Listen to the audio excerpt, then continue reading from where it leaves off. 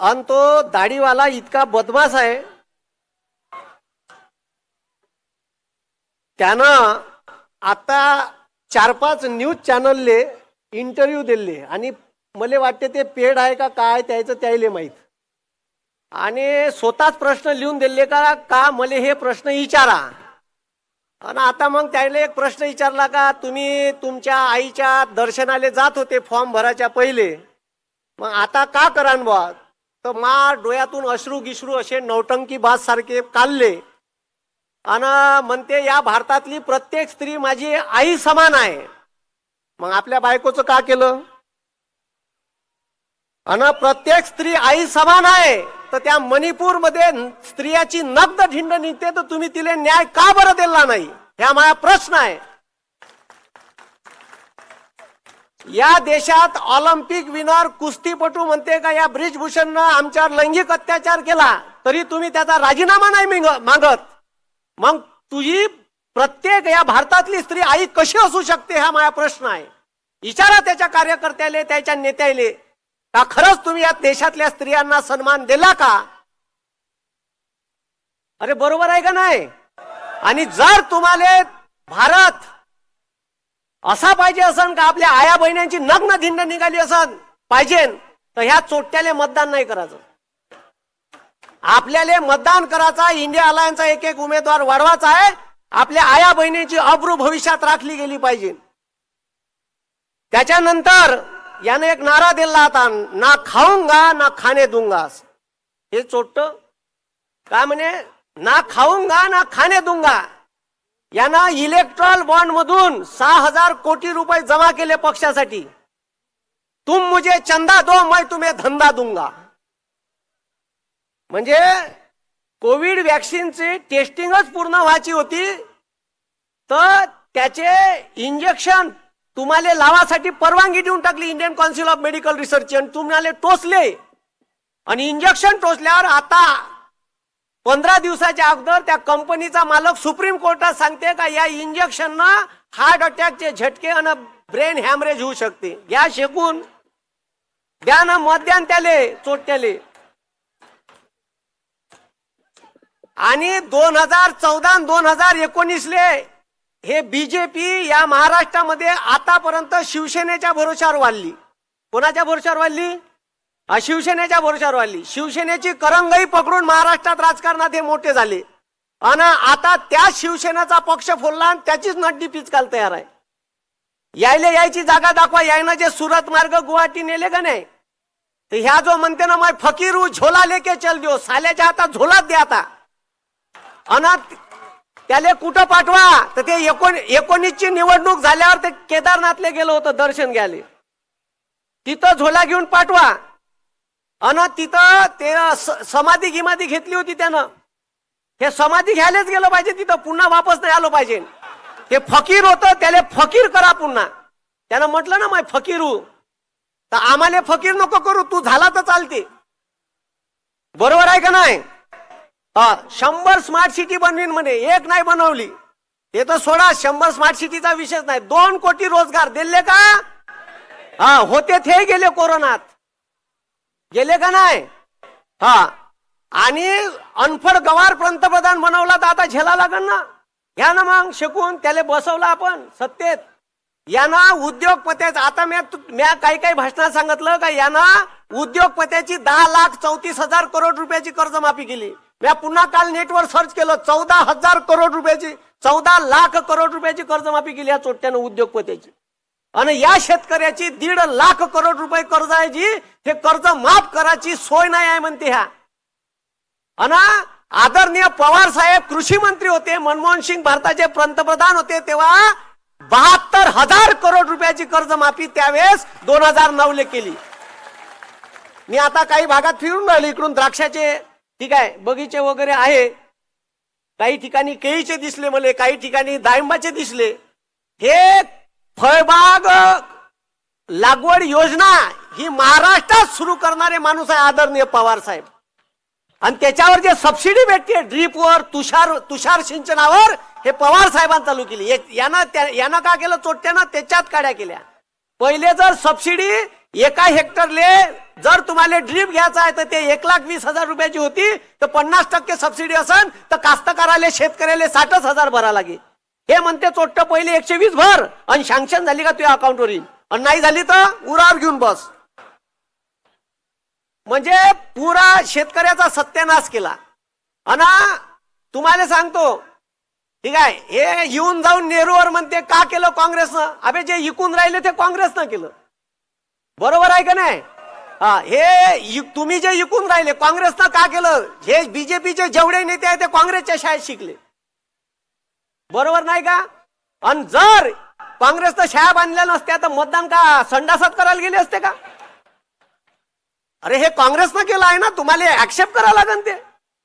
आणि म्हणते हे अनपढ गवार आहे, नेहरूवर टीका करते. तुमची लायकी नाही आहे नेहरूवर टीका करायची. नेहरू कॅम्ब्रिज युनिव्हर्सिटीतून डिग्री घेऊन आली आहे, याची डिग्री डुप्लिकेट आहे साल्याची. त्याच्या स्पेलिंग युनिव्हर्सिटीचं स्पेलिंग बरोबर नाही. 78ची डिग्री 93चा फॉन्ट आहे, आणि डिग्री अशा विषयात केली, एंटायर पॉलिटिक्स या नावाचा विषयच नाही आहे भारतात. अरे मग यायचा तडीपार सोबती आहे, तो डिग्री घेऊन येते. त्याच्यावर 8-8 वर्षाच्या केसेस आहे. यायना आतंकवादी संसदेत नेले आहे. ते साध्वी प्रज्ञा सिंग 8 वर्ष जेलमध्ये होती. मालेगावच्या मस्जिदीसमोर बॉम्बस्फोट केला, तिच्या नावाने MAT होती ते, ज्याच्यात बॉम्ब भरून आणले होते. आतंकवादी नेले ना जी. तुम्हीच पहा का मतदान करायचं कोणाले. म्हणून या देशाची लोकशाही वाचली पाहिजे, ठीक आहे. असा पंतप्रधान निवडून दिला आपण का तो आपलं पोरग अग्निवीर नावाची भरती आणली का नाही. हे आता हे 75,000ची भरती काढली महाराष्ट्र शासनानं. तलाठी बनायचं असेल तर 1,000 रुपये फी, आणि या देशात कलेक्टर बनायचं असेल तर 100 रुपये फी आहे. कुठं न्याय मागायला जायचा सांगा. आम्ही किती वेळा म्हणलं का फी 1,000 रुपये जास्त होते. एक पोरगा 8 परीक्षा देऊन राहिला, आणि 8 परीक्षेचे 8,000 रुपये कुठून आणतो ऍट ए टाइम. त्या अग्निवीर नावाच्या भरतीमध्ये पोरग 17 वर्षाच्या बॉन्डवर लागे. हे भरतीत पोराले पेन्शनची सुविधा होती, कॅन्टीनची सुविधा होती. तुमचा पोरगा शहीद झाला तर गावात तिरंग्यात लिपटून येत होता, त्याला मानवंदना देण्यात होती. सब ढोबर बंद केलं मोदीनं. आणि मोदी काय म्हणते, 19व्या वर्षी तुमचं पोरग लागन, 23व्या वर्षी रिटायर्ड होईल. 23व्या वर्षी रिटायर्ड करणारा आहे. लग्नाच्या वयात रिटायर करणारा एकमेव पंतप्रधान भेटला दाढीवाला. द्या ना त्याला, मग घ्या ना शकून.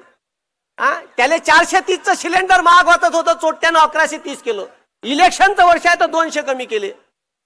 वरून म्हणते कमी. अबे पण 9 वर्ष वकरले झाल्या, कुठं टॅक्स नाही लावला जी. अन्नधान्यावर 5% टॅक्स लावून टाकला 30 किलोच्या कट्ट्यावर. तुम्ही जे गहू तांदूळ आणता 30-30 किलोचे कट्टे, तुरीच्या दाईचा कट्टा, त्याच्यावर 5% GST लावला. एज्युकेशनवर 18% GST लावला.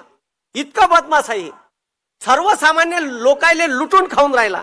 ह्या म्हणते ठीक आहे. आता राहुल गांधीवर टीका करते. राहुल गांधी फॉरेन वरून डिग्री घेऊन आले. आणि काँग्रेस पाशी कितीतरी नेते आहे शिकणारे आणि शिकलेले. शशी थरूर आहे. शशी थरूर कॅम्ब्रिज युनिव्हर्सिटीत लेक्चर द्यायला जाते. आणि हे अनपढ गवार हे लोकायले ज्ञान सांगून राहिले. आपल्या भारताचा पंतप्रधान स्वतः म्हणते मी शिकलो नाही, आणि तो 12वीच्या CBSEच्या पोट्याले परीक्षा पे चर्चा नावाचा कार्यक्रम घेते दिल्लीत. आणि दिल्लीत त्या पोट्याले सांगते का परीक्षेत जर कठीण प्रश्न आला तर पहिले सोडवा. अरे म्हणलं देवा, आता तुम्ही कोणता मास्तर म्हणान का कठीण पहिले सोडवा. पहिले का सांगा मास्तर सोपा सोडवा. या बयाडानं परीक्षाच नाही दिली. याले का माहित का पहिले सोपी सोडवायचे का नाही का. आणि तुम्हाला सांगतो आमच्या इकडे इलेक्शन झालं, मोदीच्या सभेले लोक झाले तयार नव्हते. एवढा आक्रोश आहे लोकांचा, एवढा रोष आहे. 500 रुपये द्यायला तयार नव्हते, 1000 दिले.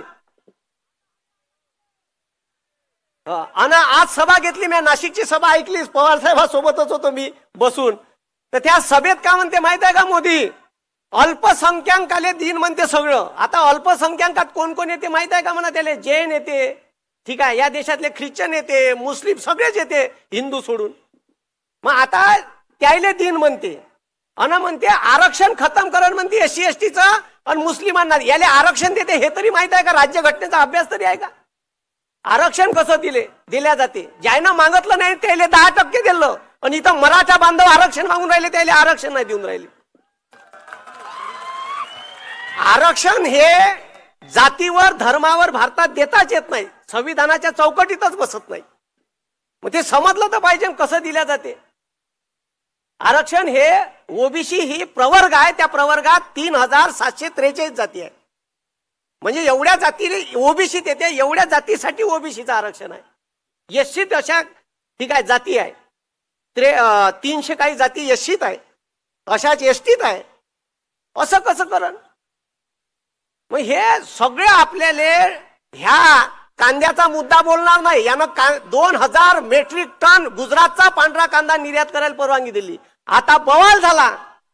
तो कांदा निर्यातीला परवानगी दिली, पण दुनियाभराच्या टर्म अँड कंडिशन लावल्या का आपला कांदाच निर्यात झाला नाही पाहिजे. म्हणजे गुजरातचं सरकार, गुजरात ह्या देशाचा पंतप्रधान आहे का गुजरातचा आहे? इथून सेमीकंडक्टरचा प्लॅन नेला. कोणता प्लॅन नेला? तो आपला वेदांता फॉक्सकॉन, टाटा एअरबसचा प्रोजेक्ट नेला.